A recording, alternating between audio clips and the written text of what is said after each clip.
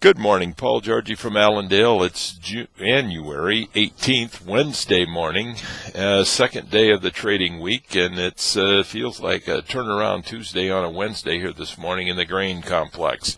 Markets there are under a bit of pressure, down 3 to 4 in the corn, 7 to 8 in the soybeans, taking away some of that gain that we had yesterday.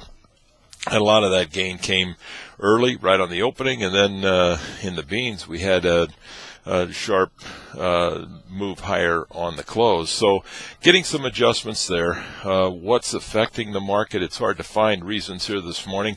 Macro markets have been not or should be a supportive factor to the grains, but not getting much help from that. The dollar is down, the euro currency higher. IMF looks to increase the funds that they will be helping Europe with. So that has supported the euro currency and pressed the dollar here a little bit this morning. The crude oil is higher. Tensions in Iran, the Strait of Hormuz is certainly causing some tension there and support to the oil complex as we talk here this morning. Some of the negatives that you could call negatives anyway is the South American weather. They put a little more moisture in the forecast for late this weekend. However, in the next few days, we will still see some stress because of heat and dryness in Argentina.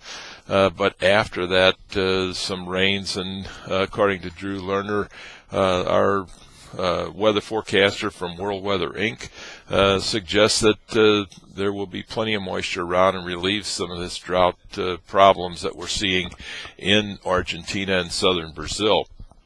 We still have the problem in northern Brazil that there's too much rain, so it could be detrimental to the crop there. But moisture should be adequate and helpful here for Brazil and Argentina later this week. I might note, looking at open interest, something that we've been looking at here the last few days. This break that we've seen in the corn market, for instance, about a 50-cent break, the open interest only dropped 2,000 to 3,000 contracts, where the rally that we've seen from mid-December up until mid-January, we increased the open interest almost 70,000 contracts in corn. So gets us a little bit concerned about which way this market's going.